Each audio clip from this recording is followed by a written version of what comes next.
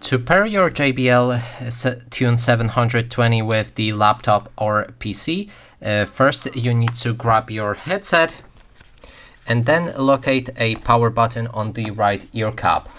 It's right here. Click and hold it until it says that it's in the pairing mode.